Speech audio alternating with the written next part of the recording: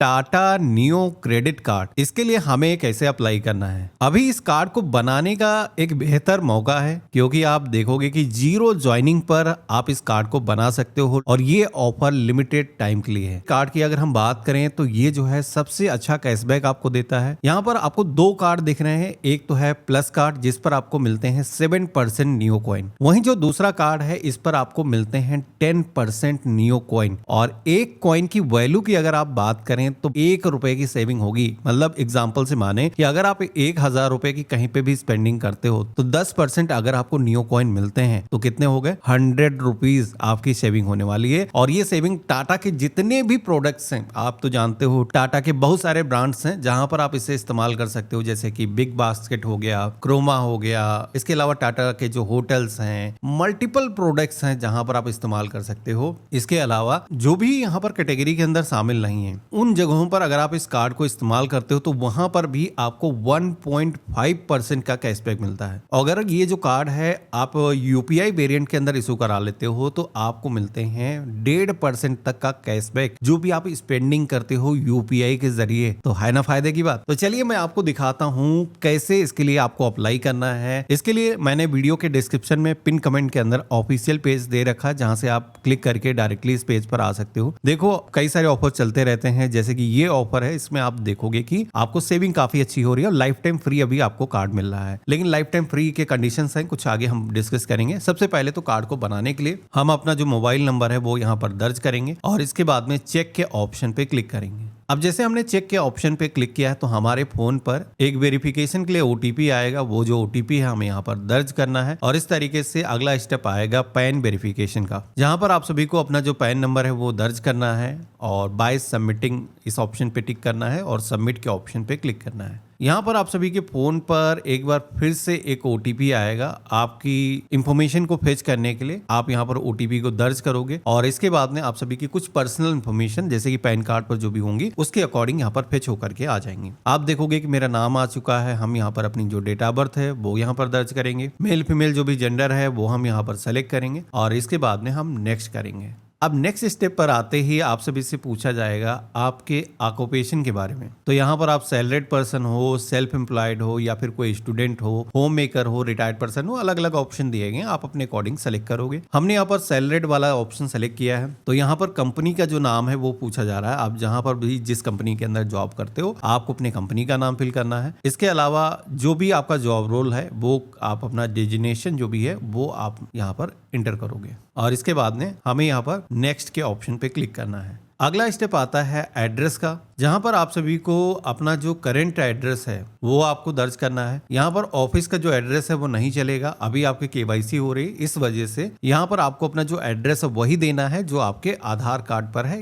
यानी कि जहां पर आप निवास कर रहे हो, क्योंकि यहाँ पर ही आपका जो कार्ड है वो डिलीवर होगा। हमने यहाँ पर अपना जो पता है, सबसे पहले हाउस नंबर, बिल्डिंग अपार्टमेंट का जो भी नाम है वो हमने दर्ज कर दिया है। लैंडमार्क कोई भी है, फेमस बिल्डिंग है कोई आसपास में, बता सकते हो। और इसके बाद में डिक्लेरेशन को आपको यहाँ पर एक्सेप्ट करना है कि हमारा जो ये एड्रेस हम दे रहे हैं वो आधार रिकॉर्ड के साथ में मेल खाता है। इसके बाद में हम यहाँ पर नेक्स्ट करेंगे। अगर जो है कोई डिफरेंट एड्रेस दे रहे हो तो उस केस में सेल्फ डिक्लेरेशन आपको देना होगा करंट एड्रेस का, तो उस केस में सेकंड ऑप्शन पे टिक करोगे। अब हमने प्रोसीड के ऑप्शन पे क्लिक किया है तो हमारे सामने थोड़ा देर वेट करने के लिए कहा जाएगा, प्रोसेसिंग चलेगी और देन आप देखोगे कि कार्ड की जो एलिजिबिलिटी है वो यहाँ पर तय होकर के आ जाती है। आप देखोगे कि मेरे केस में ये जो कार्ड है इसके लिए हम एलिजिबल हैं और कार्ड की जो क्रेडिट लिमिट वो हमें 95,000 रुपीज की मिल रही है। देखो ये जो है लिमिट डिपेंड करती है आपके पास में पहले से कोई कार्ड है या नहीं है। अगर आपके पास में किसी भी बैंक का कोई क्रेडिट कार्ड है तो कई बार क्या होता है क्रॉस चेक हो जाता है और उस पर ज्यादा की लिमिट आपको मिल जाती है। तो इस तरीके से जैसे कि पहली बार आपको 95,000 रुपीज की लिमिट मिल रही है, जब आप यूज करोगे तो आपकी जो लिमिट है वो बढ़ जाती है। मेरे केस में यहाँ पर जो नियो कार्ड प्लस है ये यहाँ पर सजेशन में आ रहा है, जिसकी जो ज्वाइनिंग फीस है वो यहाँ पर 499 रुपए होती है, लेकिन आप देखोगे क्रॉस लगा है, ये जो फीस है वेव ऑफ हो जाएगी, मतलब हमें देने की जरूरत नहीं होगी। इसके अलावा रिन्यूअल फीस हर क्रेडिट कार्ड पे लगती है, लेकिन ये भी यहाँ पर वेव ऑफ हो जाएगी अगर आप पूरे साल के अंदर 1 लाख रुपए स्पेंड कर देते हो। बहुत ही कम है। अदर क्रेडिट कार्ड की बात करें तो कई क्रेडिट कार्ड में हमने देखा है जहां पर बोला जाता है कि आपको 2 लाख 2.5 लाख रुपए तक की स्पेंडिंग करनी होगी। तो यहाँ पर ये जो कार्ड है हम सेलेक्ट कर लेंगे और इसके बाद में हम प्रोसीड के ऑप्शन पे क्लिक करेंगे। अब जैसे हमने प्रोसीड के ऑप्शन पे क्लिक किया है तो हमारे सामने सिलेक्शन का ऑप्शन आया है कि ये जो कार्ड है किस वेरिएंट में लेना चाहते हो। देखो यहाँ पर ये जो कार्ड है डिपेंड करता है आपके यूजेस कैसे हैं। मेरे पास में जैसे कि रुपे का भी पहले से कार्ड है। रुपे कार्ड के बेनिफिट ये मिल जाते हैं, एक तो यूपीआई में अगर आप इस्तेमाल करते हो तो वहां पर भी आपको कैशबैक मिल जाता है। वीजा कार्ड फिर आप इसे अपने गूगल पे फोन पे के अंदर ऐड नहीं कर पाते हो, लेकिन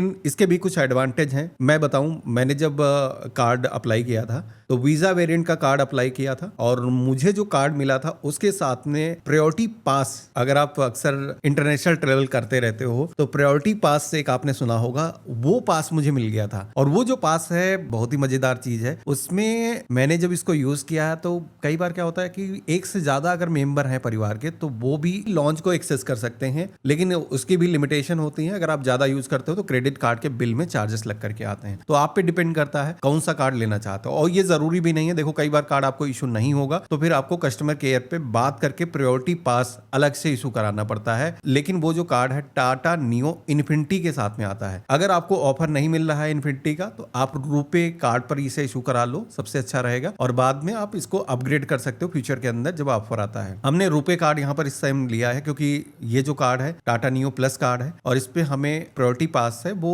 इशू नहीं होगा। तो हम यहाँ पर अपना जो ऑफिस का एड्रेस है इसके बाद में दर्ज करेंगे और इसके बाद में हम नेक्स्ट के ऑप्शन पे क्लिक करेंगे। अब इसके बाद में कुछ एडिशनल इंफॉर्मेशन पूछी जाती है जिसमें कि आप सभी को अपने माता का नाम यहाँ पर दर्ज करना है। इसके अलावा जो है डिक्लेरेशन एक्सेप्ट करने के लिए कहा जाएगा कि हम एक पॉलिटिकली एक्सपोज पर्सन नहीं है, हम विकलांग व्यक्ति नहीं है, तो नो के ऑप्शन पे क्लिक करना है। इसके बाद में प्रोसीड करना है। अब जैसे हमने इतना किया है तो हमारी जो मेल आईडी है जो हमने इंटर करी थी उस मेल आईडी को भी वेरीफाई करने के लिए मेल पर भी एक ओटीपी सेंड किया गया है। तो आपको अपना जो मेल है वो चेक करना है। आपको वहां पर कोड आया होगा, वो जो कोड है यहाँ पर दर्ज करना है और मेल को आपको वेरीफाई कर लेना है। बस आप देखोगे कि इतना मुझे करना था। अब मोस्टली जो फॉर्म भरने का प्रोसेस था वो यहाँ पर कंप्लीट हो चुका है। Complete your KYC with your Aadhaar number pan card, ये प्रोसेस आपके सामने आएगा। देखो ये आने के बाद में जो फॉर्म भरने का प्रोसेस है वो कंप्लीट हो चुका है। अब इस फॉर्म में आगे कुछ भी करने की जरूरत नहीं है। अब आपको केवाईसी करनी है। यहाँ पर प्रोसीड का ऑप्शन दिया गया है, आप यहाँ से भी केवाईसी कर सकते हो। लेकिन कई बार क्या होता है कि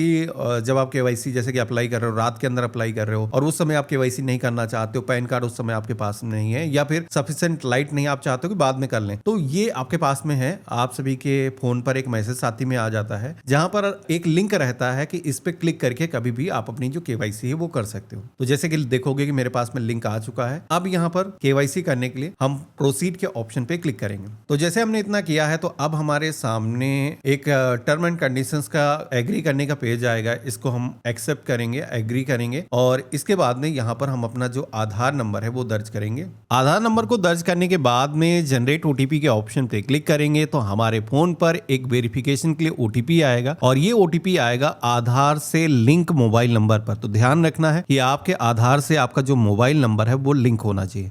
ओटीपी आ चुका है, हमने यहाँ पर दर्ज किया है। वैलिडेट के ऑप्शन पे क्लिक करेंगे और इसके बाद में जो है यहाँ पर कुछ परमिशन अलाउ करने के लिए कहा जाएगा, जिसमें कि कैमरे की परमिशन, माइक की परमिशन, ये सभी आपको अलाउ करना है। क्योंकि वीडियो केवाईसी हो रही है तो लोकेशन की भी परमिशन यहाँ पर मांगी जाएगी, अलाउ करने के लिए कहा जाएगा। तो आपको सभी को अलाउ कर देना है। और ये भी ध्यान रखना है जब भी आप केवाईसी कर रहे हो, देखो बैंक किसी भी तरीके का कोई फ्रॉड ना होने पाए, इसके लिए ये कोशिश करता है कि जो भी व्यक्ति केवाईसी कर रहा है वो अपने घर के आसपास में हो, यानी कि जो आपका पता है या तो आपका ऑफिस का या तो आपने जो रेसिडेंस एड्रेस दर्ज किया है उसी पते के आसपास में केवाईसी करो। ऐसा ना हो कि जैसे कि आपने पता दर्ज किया है लखनऊ का और आप करंट के अंदर मुंबई में हो, वहां से केवाईसी कर रहे हो तो लोकेशन ट्रैक की जाती है, उसमें कई बार इशू आते हैं। तो यहाँ पर हमने अलाउ कर दिया है। इसके बाद में बैंक का जो कर्मी है वो आपके साथ में कनेक्ट होगा और वो कुछ बेसिक क्वेश्चन पूछेगा। आपका नाम क्या है, आपकी जॉब के बारे में, जो भी फॉर्म के अंदर इंफॉर्मेशन आपने भरी है उसके बारे में क्रॉस चेक किया जाएगा। एनुअल इनकम आपकी क्या है, आपका ऑक्यूपेशन क्या है, वो सारी चीजें आपको बतानी है। तो ध्यान रखना है कि जो भी फॉर्म के अंदर भरा है वही चीजें आपको बतानी है, डिफरेंट चीजें नहीं बतानी। हाँ, ये चीज अलग है कि अलग से कोई इंफॉर्मेशन पूछ रहा तो वो बताना है, लेकिन जो फॉर्म के अंदर इंफॉर्मेशन भरी उसे आपको ध्यान रखना है। इसके बाद में जो बैंक का कर्मी है वो आप सभी से आपका जो पैन कार्ड है वो शो करने के लिए कहेगा। इसके अलावा आप सभी को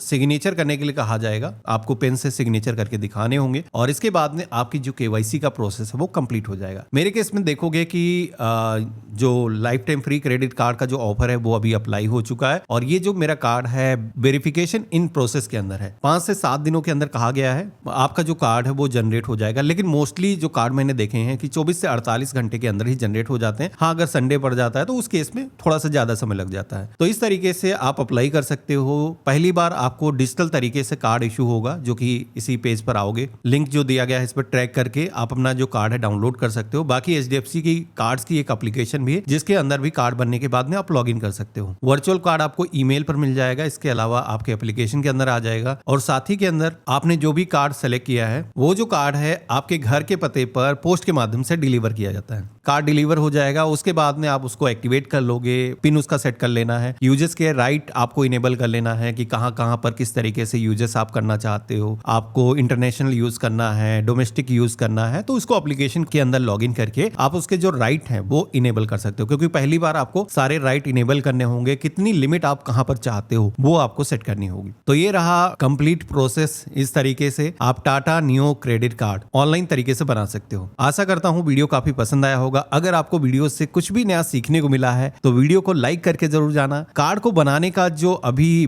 बेस्ट ऑफर वाला लिंक है मैं वीडियो के डिस्क्रिप्शन में दे दूंगा, जहां से क्लिक करके आप अप्लाई कर सकते हो और कुछ एक्स्ट्रा पॉइंट आपको मिल जाएंगे। बाकी हम मिलते हैं ऐसे ही एक नए वीडियो में, तब तक के लिए गुड बाय, जय हिंद।